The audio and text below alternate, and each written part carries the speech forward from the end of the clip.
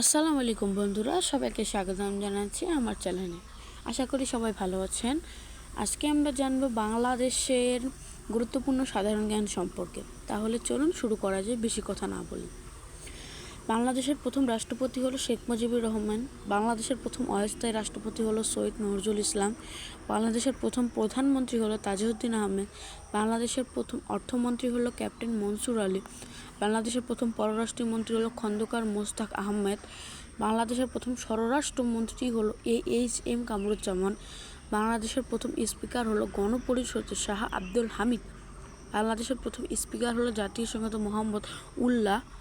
বাংলাদেশের প্রথম সেনাবাহিনীর প্রধান হলো AMG ওসমানী। বাংলাদেশের প্রথম প্রধান বিচারপতি হলো ASM সাইম। বাংলাদেশের প্রথম নির্বাচন কমিশনার হলো বিচারপতি মোহাম্মদ ইদ্রিস। বাংলাদেশের প্রথম ব্যাংকের গভর্নর AN হমিদুল্লাহ। বাংলাদেশের প্রথম বিশ্ববিদ্যালয় হলো ঢাকা বিশ্ববিদ্যালয়। বাংলাদেশের প্রথম বাণিজ্য জাহাজ হলো বাংলাদূত। বাংলাদেশের প্রথম রণতরী হলো BNS পদ্মা। উপমহাদেশের প্রথম ভাইস চ্যান্সেলর হলো স্যার AF রহমান, ঢাকা বিশ্ববিদ্যালয়। আমাদের ভিডিওটি ভালো লাগলে অবশ্যই একটি লাইক এবং সাবস্ক্রাইব করে যাবেন।